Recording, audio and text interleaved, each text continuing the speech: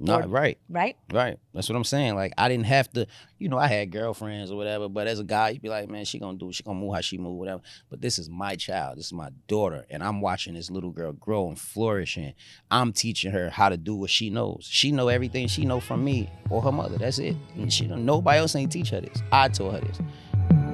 Let me tell a story about my daddy through my eyes. He loved me from the moment he saw me, ain't no surprise. Daddy, my provider, protector, you know the vibe. His reputation speak for itself, you know he slide. I left Jersey and I moved down to Louisiana. Okay. In 2010. I've never moved back to New Jersey since. Mm-hmm. I've lived down south since 2010. I moved to New Orleans. I was there for 2.5 years. I moved to Atlanta. From Atlanta, I moved to Miami. From Miami, I moved to Tampa. From Tampa, I'm in Orlando. But I've never came back up this way. I'm not gonna put myself up here no more to where it's something, I can go right back mentally into that. If I always tell my homies this, like, if I can drive to the hood, I might go. You get what I'm saying? If I'm close enough to drive and somebody call me because of the heart I got, my homies, yo, I need you. I might just pull up. Even though I'm who I am, but if I'm not around, I can't. You get what I'm saying? So I had to separate myself. I can't. I'm far. I can't do none of that no more. So that's what me getting out the hood was. Like, let me go. I don't want to put myself in where I got to I have to make a decision. I want to just be living in the clear. I don't want to have to, damn, I got to go help. I got to do this. I got to do that. I got to. Being you get involved. What I'm saying? You don't want to be involved. It's just, I just don't like having to live where I got to walk out my door. I got to look over my shoulder every time I come out the house. I don't like living like that. Yeah. So that was part of my reason I had to get up out of there. I think that takes a lot of strength. Yeah. That takes a lot of strength to be able to know that, like, this environment, I'm not flourishing in this environment. Yeah. I just knew, again, like, I knew my mother would tell me, you gonna end up where your father at. You keep, you know what I'm saying? I got kicked out of high school twice. I got kicked out of got kicked out of high school, then went to an alternative school and got kicked out of there. Wow. You get what I'm saying? So I really was out, like, I was bad. I was a bad kid. Like, I used to just. Or, well, not bad, but you tested boundaries. Yeah. Right? Yeah, you're right. But again, I mentally got it together. Yeah. You know what I'm saying? I started seeing life for what it was. And I love my life. Yeah. And I want to live my life. Yeah. I don't want my life to be cut short for nothing or nobody. When you think about your dad and him being, not around because of his personal situation, how do you feel like that impacted you? Shout out to my pops. That's my dog. What's his name? His name Camille. Shout out Pops, man. Yeah. So, he played a major part in me just, when I'm outside, me being outside, and me knowing he in jail and stuff like that. I'm like, he can't do nothing. You get what I'm saying? Yeah. Like, he can't do nothing. Yeah, He's locked no up. accountability. He could call, but Yeah, he's going to yell at you over the phone. you feel me? So a lot of my decisions were made because I knew he couldn't, like, discipline me or do what, I'm saying. And my mother, again, she a female. She was so soft I'm and loving. you know what I'm saying? Even when I'm 13, 14 years old, you trying to hit me or beat me, that ain't gonna work no more. You get what I'm saying? So it's like, then I get mad. You get mad at me. I'm going outside. And that's how it happened. All the time. I go to the hood, start smoking.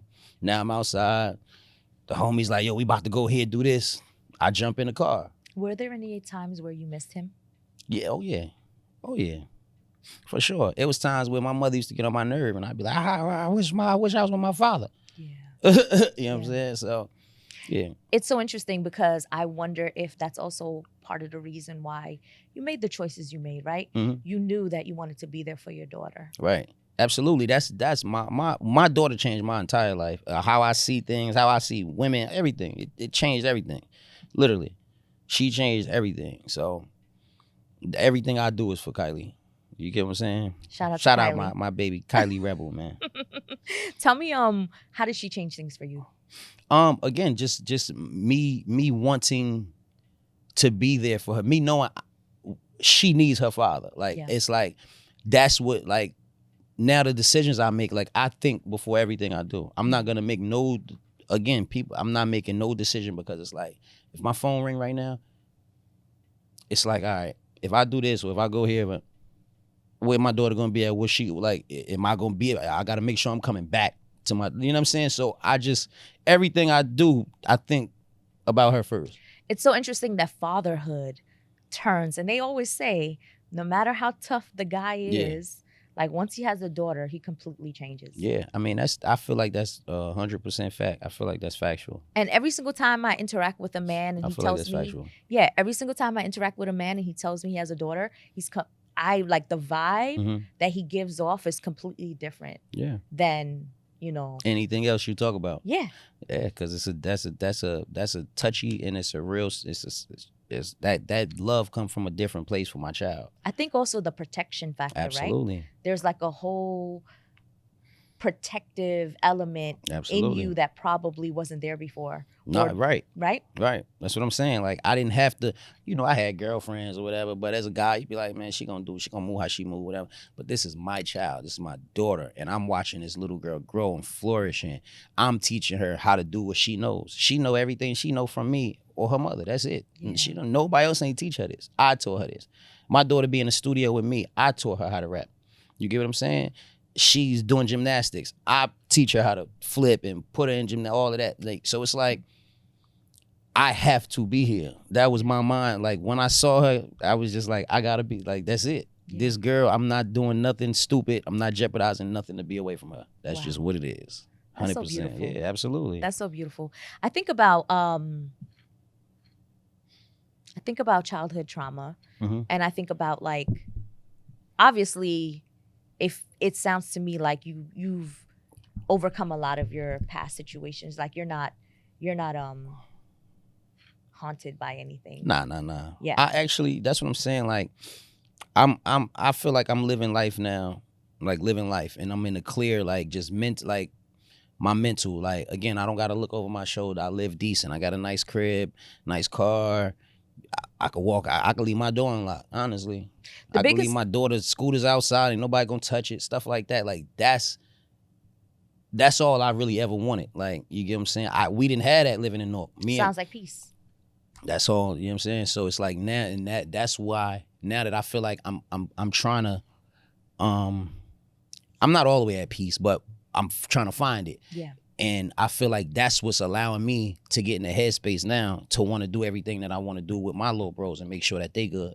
Cause it's like, I finally I realized like, and I can't let y'all go down. I can't let y'all, you know what I'm saying? So the most interesting thing I think about when I think about like people that are healing or have healed is that they think about others. Yeah, all the time. That's always like my number one sign that like there's growth. Because like you're not just operating from your selfish priorities or motives. You're looking on how you can help those around you. Absolutely. That's but that's what it's about. I feel like I got a really good circle of friends. I don't have a lot of friends, but like I got a good 6-7 guys that really want to see me do good. You get what I'm saying? Really want to, you know what I'm saying? They don't ask for nothing. I know they genuinely got love for me. So I just keep it tight like that. And you know what I'm saying? That's really it. Do you feel like battle rap has given you what you wanted out of it? Yeah, for sure. Battle rap gave me more than I expected. More than I expected. I didn't expect to live how I'm living. And it's all on battle rap. For real. I ain't expect to be on my second passport. It's on battle rap. What was your favorite country that you performed in outside of America? I think it might have been Malmo, Sweden. I'll never forget. And there's no fat people in Sweden.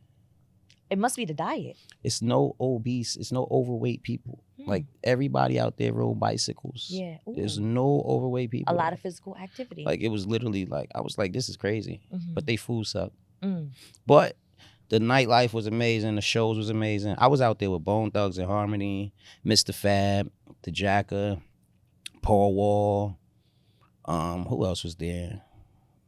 Hobson. It was so many people. And yeah, it was lit. This was like 2012. You get what I'm saying? So I've been around. I've been moving since a long time. You feel me? A long time. That was in 2012, that stamp. So I know, you know what I mean? I'll never forget that show we had. It was in May in 2012. I went to Sweden. Shout out my man Chubby too from Sweden, man. Promoter. When you think about the battles, because they've been so many. Mm-hmm. What's your most iconic one that you still like? Looking back, it still plays in your head. I got a lot of them, but one of my favorites, I would say, was my first time in London. Mhm. I battled a guy by the name of Shotty Horror. Shout out to Shotty Horror, man. He's like one of their biggest draws out there in the UK. And we went to war. We had an amazing battle. That was my first time actually going overseas as well. That was my first time. So the battle was amazing. That's actually the most viewed battle on YouTube right now. If you look, I think me and Shotty might be at like 15, 16 million just on that one battle. Insane. Yeah, shout out to Shotty. So yeah, that might be my most iconic. And I just got a different type of fan base when I went over there and did it. The whole everything It just opened so many doors. It was crazy. Yeah, that opened a lot of doors. Being out there battling Shotty. Shout out to Shotty. That's my guy.